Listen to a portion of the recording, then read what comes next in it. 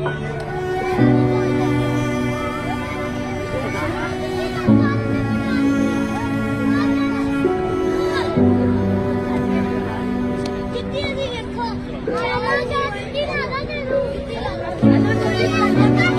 भाई, भाई ये चपेड़े क्यों मार रहे हो? चपेड़े क्यों मार रहे हो? पढ़ाई छोड़ के गया हमारे पापा जी।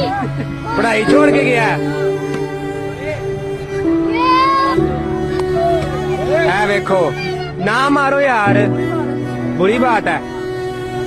चाचू इनको समझाओ, चाचू इनको समझाओ, आप देख के हंस रहे हैं।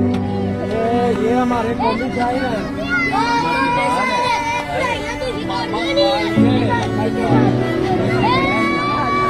चाचू इनू समझाओ ना चपेड़ा मारो।